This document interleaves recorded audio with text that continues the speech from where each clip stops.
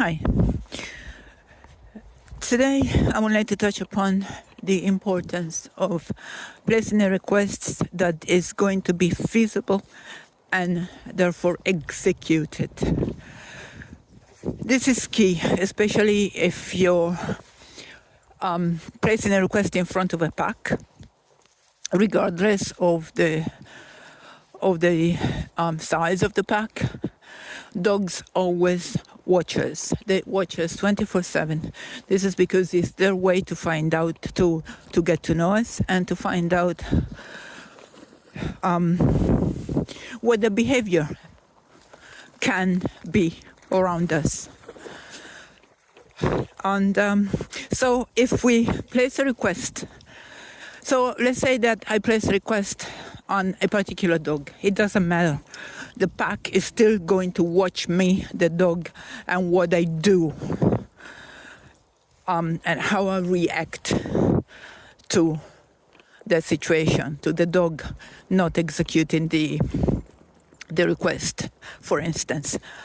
So it's extremely important to always be confident of the request and always be confident, at least 99.9% of the result of the request. If for any reason the request isn't executed, you have to continue to make the request until it is executed.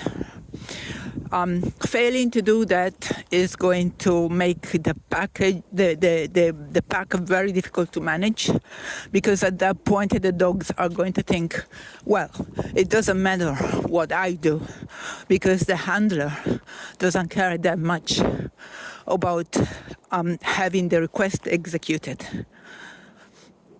And don't think that dogs are not going to think that way. Dogs think that way. That's why they watch us 24/7. And this is why whenever you do training with particular people, you do it with one person from the same family and they execute it perfectly, and then you ask someone else to do it from the same family and they completely ignore that person. There is a reason.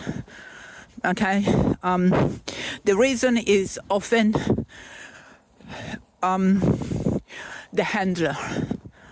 Very, very rarely is the dog. So before we blame the dog for failing to execute a request, let's look at ourselves. What is our body language? What is our tone of voice? What is our facial expression? How do I make the request to the dog?